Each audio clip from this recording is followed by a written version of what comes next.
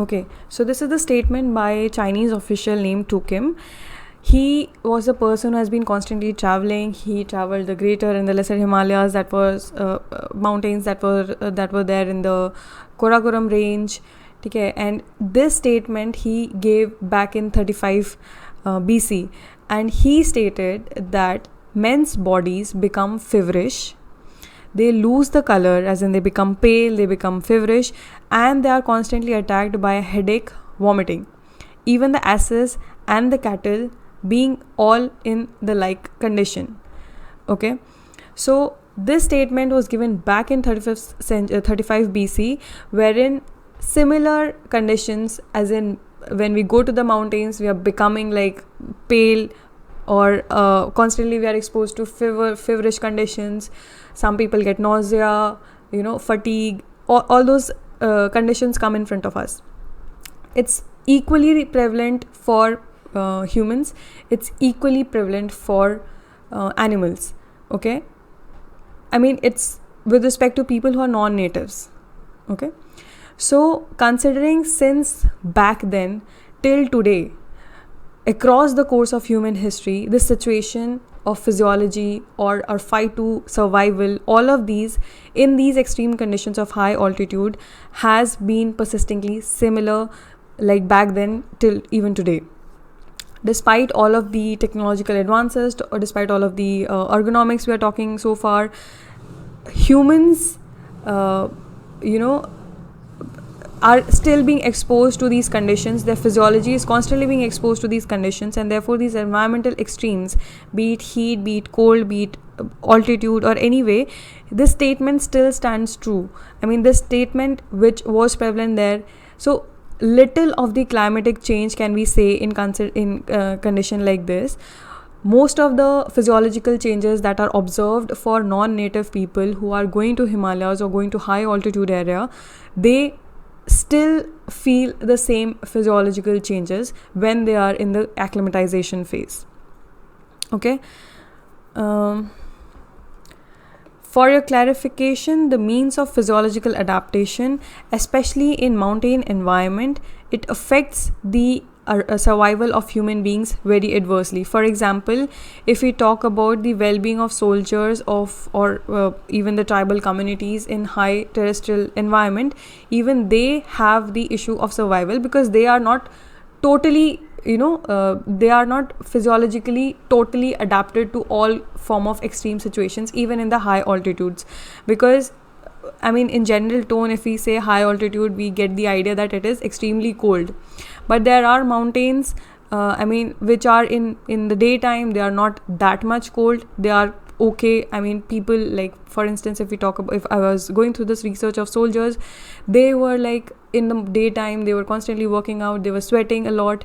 And by the end of the day, it's extreme cold. So within a given span of time, how the climate changes within the mountains, within the altitude, again, it's not constant, so it keeps varying. So even then, people who are staying there for a long time, the idea of adaptation is still not constant.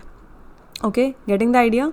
So therefore we cannot clearly depict, okay, this will be the well-being, or how severe is the adverse effect of any given condition or altitude over the soldiers who are constantly working there, or the tribal communities who are still existing there. So all these conditions therefore become very much important to be understood, and physiological changes are constantly happening, so that adaptation, acclimatization, all of these things needs to be carefully monitored. When we talk about high altitude, the general idea that must be clear about what exactly the conditions are there at the high altitude is, firstly, there's a decreased air pressure. So when we talk about air pressure, generally at the sea level, you have a very high air pressure observed. Okay, as and when you go above the you go with respect to the altitude, from the sea level you go to the plains, then to slightly hilly area, then to the mountains. Gradually the air pressure keeps on decreasing. Now by air pressure here we are referring to the oxygen pressure as well. Okay, then also with respect to the altitude, there's a decreased water vapor pressure, as we go above the as we go up the altitude, there is a decrease in water vapor pressure. Okay. Third thing is, with respect to the altitude, there is an increase in radiant energy penetration because more we are exposed to the direct sunlight now. Okay, so now there is more radiant energy penetration and all sort of things. So these three things become very much important if we go by the climate, I mean by the geography of high altitude, how the environment sort of changes. But when we talk of human population, when we're trying to study human populations, the thing that becomes very much important for our consideration is the air pressure. Why? Because now we are trying to understand the intake of oxygen, or that respiration and other physiological processes, physiological responses to the high altitude. So that decrease in air pressure, okay, so far clear, like with the high altitude there is a decrease in air pressure. Now that decrease in air pressure becomes important, as in air pressure, like when we say with different layers of air pressure, or an example that comes to my mind, and I was reading also one reference, like when you sort of pile few books, ठीक है, 10 book का एक pile बनाकर रख लिया, you place your hand on the below of the first book versus when you place your hand at the bottom of all these 10 books, where do you feel the most pressure? Okay, so similarly consider all these layers as the layers of atmosphere, these pile of books as the layers of atmosphere, and when we are almost at the bottom, the air pressure is most, like the highest, right? And as we go simultaneously at the topmost, at the higher altitudes, that air pressure keeps on decreasing. Okay. Now this decrease in air pressure at high altitude, it signifies the decrease in oxygen pressure, because again oxygen is the component of air, and because we are here talking about the breathing mechanism, the physiological responses, which includes respiration being the most observed thing in the high altitudes, right? This mechanical process of breathing, wherein inhaling air, exhaling air, all of these things gets impacted. In this process, basically what happens is, in your body, when you are releasing the oxygen, there is a pressure gradient being created with respect to your lungs and with respect to your outer air, environmental air. Okay? The term that we use is ambient air for the environmental air. Okay? In this process, voluntarily, a low pressure is built inside the chest cavity by expanding the chest.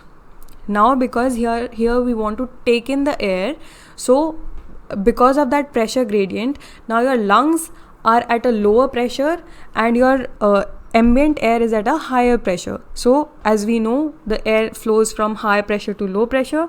So because of that air pressure, more and more amount of air is being inhaled within your body. Okay, getting the point? With respect to high altitude, your air pressure decreases. Because air pressure decreases, there is reduced oxygen pressure outside in the ambient air. But when we are talking with respect to our lungs, when we are exhaling out, our lungs are expanding, and that is the condition when our lungs are at a lower pressure and we want to inhale most of the air. Whatever is available in the ambient air will be inhaling, because air travels from a high pressure to the lower pressure. Now, what exactly is the air consumed? That becomes important. Now, because the pressure, because the air pressure is low, less amount of air travels. Okay, so when we're talking about the air being consumed, here there's already low of oxygen being available. Now in your lungs again, there is limited oxygen being supplied, not as equal to when you were inhaling in the plains or in the non-native area, in your native area, right?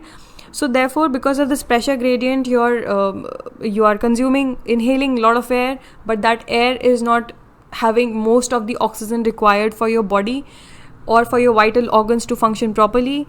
Therefore, there is a limited amount of oxygen being supplied at the junction, at the point when your oxygen is being exchanged at the alveoli from your ambient air to your bloodstream, right? In your blood you have hemoglobin, which in your blood you have RBCs में hemoglobin, which exactly absorbs the oxygen, and because of these hemoglobin it is being transferred to different vital organs. That is the idea, right? Now because there is a limited oxygen supply, your hemoglobin tends to attach to limited oxygen molecules, and therefore limited oxygen supply is there in your bloodstream, and therefore limited supply to your other vital organs and to your other body parts. Getting the sense? So this is the idea when you are exactly, in a situation when your body is not having sufficient oxygen, and when you observe, like when you go to the mountains, you see that you are vomiting, or you are having nausea, or you are just fainting out. That is because your body, or especially your brain and heart, are not able to get that sufficient oxygen supply.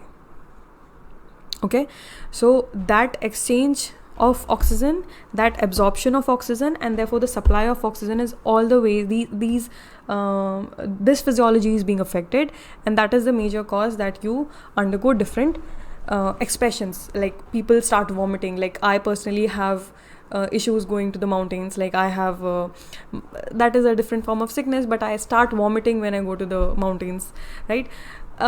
People start fainting, young children, like I have shared this incidents back in my previous session, where one of my youngest brother, when we went to the mountain, he fainted out, and we were not aware what exactly is the reason he fainted out. So this is the physiology that we need to understand, that because of the limited oxygen supply, limited oxygen being binding to the hemoglobin molecule, limited oxygen being supplied to the different parts of your body, all of these in junction play as a physiological response to the high altitudes, and therefore you have different responses to it.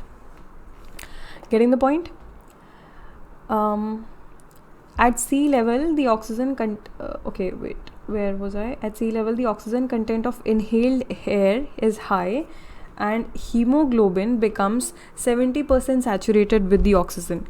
Like when we compare it to the sea level, because we have most of the oxygen, when we're talking about altitude, see, we are comparing both the ways. We are comparing how people respond totally different ways with respect to how they are at the sea level. Some people have seasickness again. That is again very much different where they come from, where is their native area. But in general tone, if we go to the mountains versus how people, like same people, if he or she goes to the sea or to the plains, how is their physiology totally different? So generally it is seen that in terms of oxygen pressure, in terms of air pressure, in terms of absorption of that oxygen and supply of oxygen to different body parts, there are different responses. We'll be talking about it. There are different responses, not just in terms of respiration, but also in terms of your weight loss, in terms of your nutritional intake or dietary intake, energy intake overall, right? Because now you are in the mountains, not just soldiers, but even like mountaineers or even the tribal communities who are staying, local people who are staying there, they have constant movement up and down the mountains. They're constantly traveling, and that kind of physiology, physiological work have an implication over their heat being lost out of their body, right? Energy being released out of their body in one way or the other. Plus there is also water loss. We'll be talking about it simultaneously. So that all form all together, not just with respect to respiration, but other different parameters does come into play. Okay, so far this is the idea of how we are trying to understand stress at the high altitudes. Generally it's with respect to the oxygen intake, and because of that, simultaneously lot of other body functions are being affected. Okay,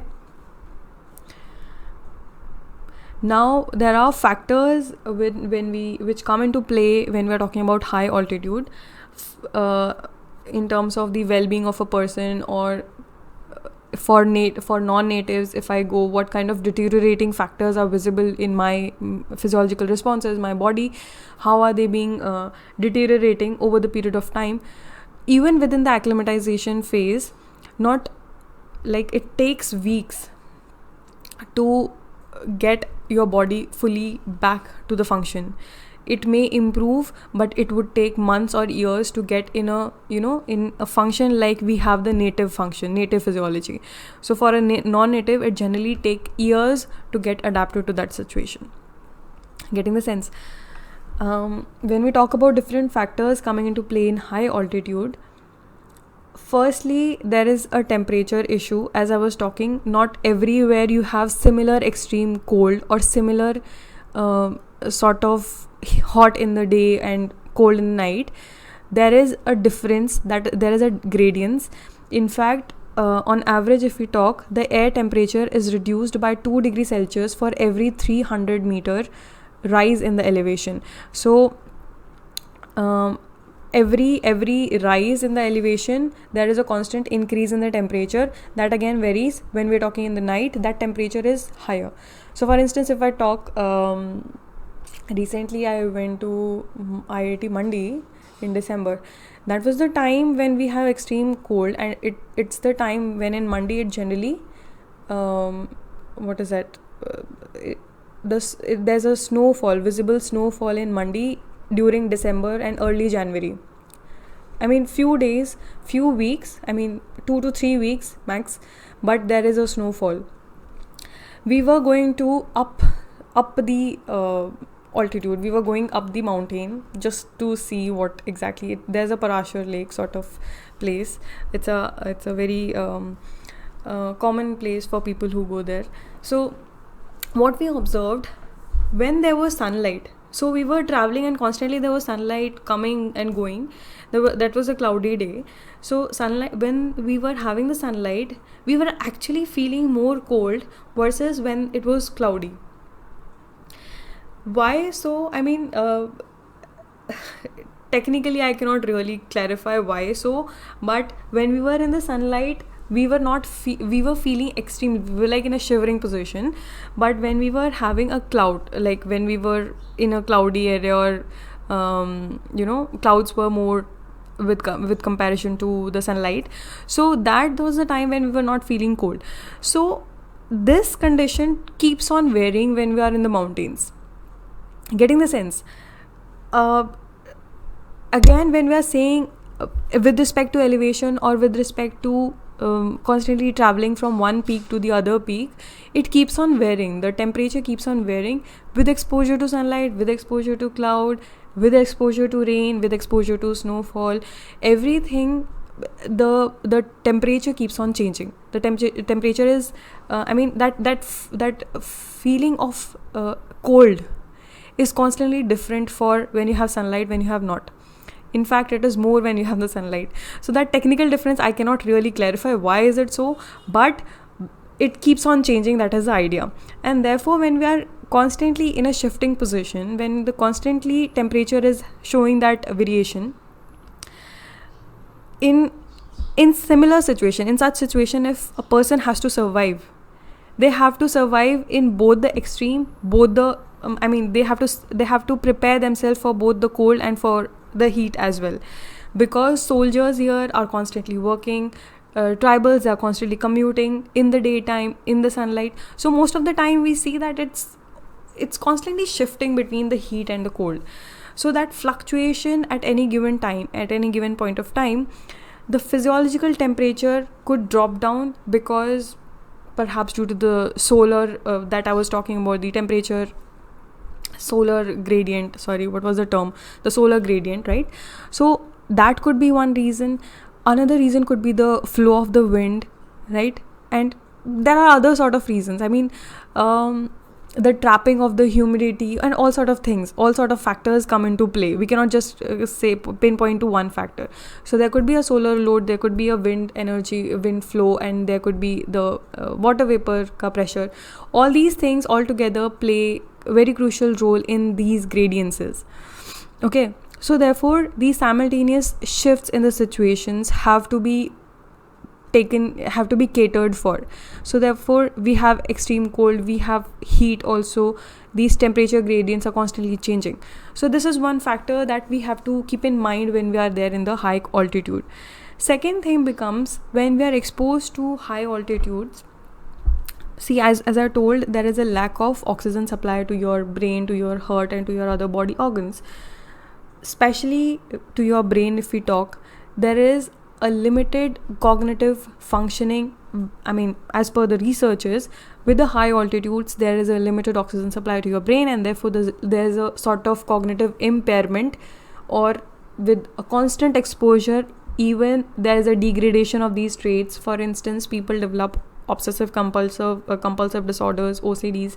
There is a depression, paranoia, etc. All sort of cognitive changes are visible when you are constantly exposed to these situations, because there's a limited oxygen supply. That again becomes the factor. Okay, then with water loss, as I was telling, constantly we are working, constantly there's perspiration. I mean, walking as in we are just traveling from when you travel, almost there's involvement of all of your gross motors, right? So your whole body, your muscles are constantly involved in one or the other form of activity. So constantly you tend to lose out heat, lose out energy of your body, either through perspiration, or when we say urination, there's a water loss. Feces ke through, there's water loss. All of these are the major reason why people feel dehydrated. That could be one reason for dehydration, plus major reason for weight loss. Okay, because you're constantly working out, you're constantly traveling, you're constantly losing out your energy. Apart from that, your energy intake, your food intake or your nutritional intake is not sufficient. That we will be discussing. So this is one thing. Then you have exercises. Constantly you're working, that becomes an unavoidable part of your life when you're living in the terrains, in the mountains. Therefore, weight loss is observed either due to increased energy output or due to increased water loss. So both the reasons could be there, and both the reasons are equally attributable. Then other factor becomes the quantity and the quality of sleep. So sleep disorders are generally observed for people who are non-natives to mountains or to the high altitudes. Therefore, people who are not able to have a good sleep, or they're waking up constantly, or they're not like the sleep they used to get when they were in the native area. So that difference actually deteriorates their process of acclimatization also. Okay, so it is generally observed that people who are not able to have good sleep in mountains, they will be taking more time to acclimatize to these situations, and more time to get adapted to these situations, compared to person who, some people can get good sleep anywhere. Their physiological way is like that. So again, that is very much contextual, but generally what we observe is they have the sleep disorders.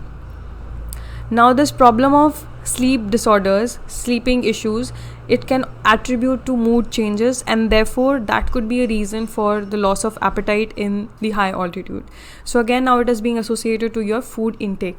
You have energy loss, you have sleeping issues, you have your mood constantly changes, and therefore it affects your food intake or your physical activity, both the ways. So therefore sleep becomes one of the major important factor. So these were the factors.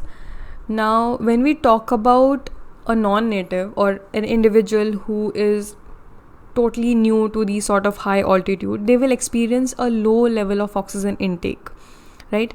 And their response to this stress will be constantly by rapid breathing and rapid heart rates. So that is the way they try to maintain their constant supply that they used to get in the native area, for a better supply of oxygen to their body. That is natural, that comes within your physiology, or as a mode of acclimatization to those high altitude conditions. So your heart starts pumping fast, or it keeps pumping, and you have a rapid breathing rate. That is how you generally see it.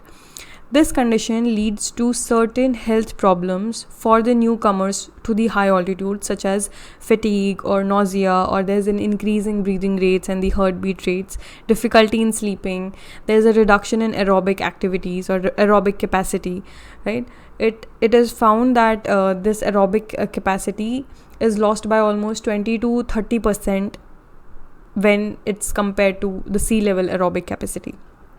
Okay.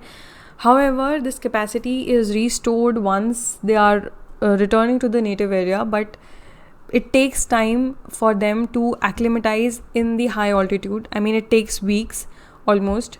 So there was one diagram, okay, in the next slide. Now, the natives of these high altitudes, they probably manage to cope with the stress by increasing, I mean, over the generations, they, because of the process of adaptation and because of the natural physiology that they get, like it comes as a part of their population expression, right? So they have an increased count of RBCs within the body, which in turn increases the oxygen saturation level of hemoglobin. But when we say that when these natives of high altitude goes to the non-native area, say plains, their work capacity is totally affected, or say it does not improves, or it does not gets at the par with respect to people who are natives of the plains. So that is a challenge for them. But for them in the high altitude area, they have a proper physiological adaptation that they have undergone over generations. Okay. Now, this is the diagram that I came across. Actually, I was looking for one good reference diagram, but this is also good with respect to one research that I came across. This is regarding soldiers again, but it was more of a generalized statement that they were making out. During acclimatization for the given height, like 4,000 meters elevation, what are the approximate sizes, direction and temporal changes that occur in the high altitude in these 4,000 range? So that was the observation that they were trying to make across different. Okay, so they were talking about different parameters that they captured. For instance, their metabolic rate, their work capacity. And when we are talking about natives who went there, see, initially their physiological response is totally, like when you talk about work capacity, there they have a negative expression in terms of their work capacity. It takes months or not even months to reach up to the work capacity that they have with respect to the natives who are working there. So that becomes a major observation. In terms of hemoglobin, now because oxygen level is not there, over the time, first there's an increased circulation of hemoglobin within your body, because more and more oxygen is being less and less oxygen is being absorbed. So role of hemoglobin therefore becomes important to reach out to the different organs, because now oxygen is very limited. So that becomes one factor, and here again the role of diet becomes important. Okay. Metabolism again shows a negative trend. Ventilation shows, as I told, that breathing becomes very rapid, even the cardiac output becomes rapid. But over the time, you come down to a negative expression or to a stabilized expression, as in when your oxygen supply, or when your body feels that this is a sufficient oxygen supply being there for your body. So that ways you can see the trend. Both the ventilation and the cardiac output shows a increasing trend, and then therefore they stabilize gradually. So that is this is a good observation from this research. Then, so this is one condition, anorexia. When we are talking that with respect to the available oxygen, you have limited oxygen supply, more energy output, but still that affects your appetite. That appetite actually is responsible for your reduced dietary intake when you are there in the mountains, and therefore this dietary intake being reduced affects your nutritional intake, and therefore your nutritional digestibility within your body. So your digestive mechanism also comes into play.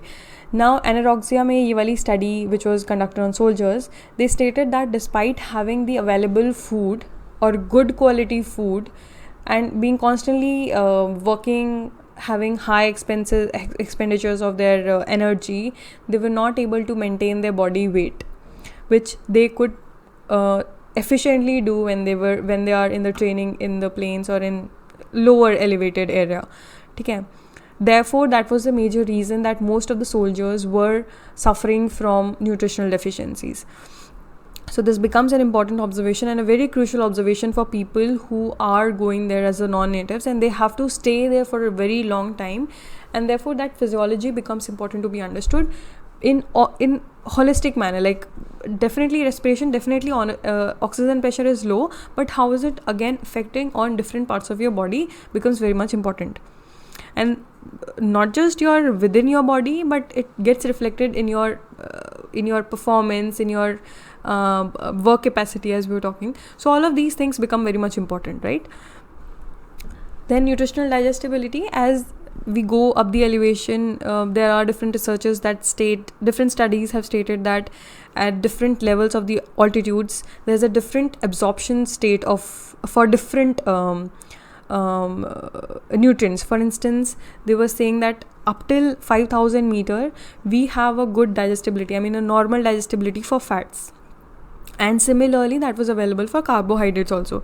So up to certain range, up to certain elevation, we can find that okay, this particular nutrient will be having a so-called normal form of digestion within the body. Or they were also stating with respect to the energy stores, okay, with respect to the protein metabolism, when intake of food is limited for whatever reason, the body does not appear to use the fat stores over the consumption of carbohydrates or proteins. Okay, in best of the diets aimed at reducing the fat stores, there is still a 25% loss of the lean body mass. Of the weight loss which is observed from a long-term exposure, there's a sizable fraction which is observed due to the reduction in muscle size.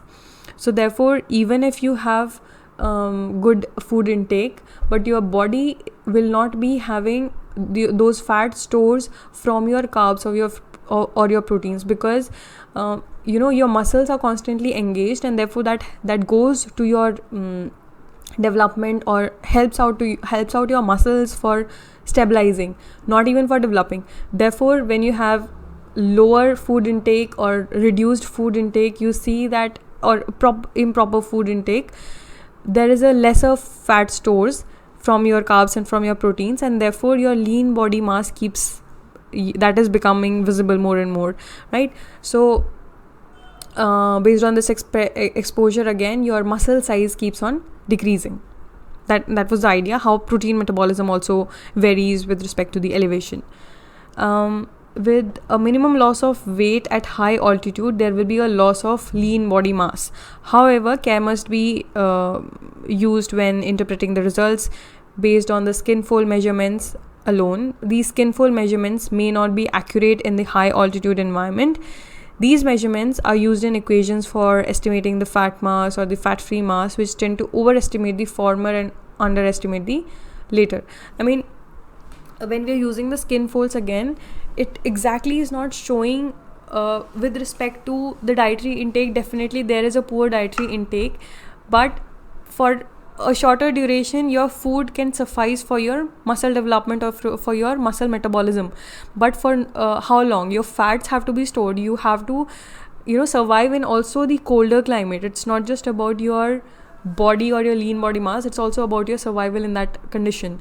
Other body parts also, your metabolism, your cardiac output also needs to be monitored. So therefore all of these stores cannot for once or they cannot for a longer time sustain your protein or your muscle metabolism, right? So therefore all the other body parts have also to be catered for, and therefore using skin fold measurements for a given time period cannot really determine that a person is undergoing having a poor protein metabolism, or there are some muscle or lean body masses being reflected or not. So that ways it becomes a challenge to use skin fold measurements in the high altitudes. It has to be constantly monitored, or their diet also has to be taken into consideration and things like that. So that becomes one of the major observation during high altitudes. So this is it. So different forms we have covered so far. Any questions?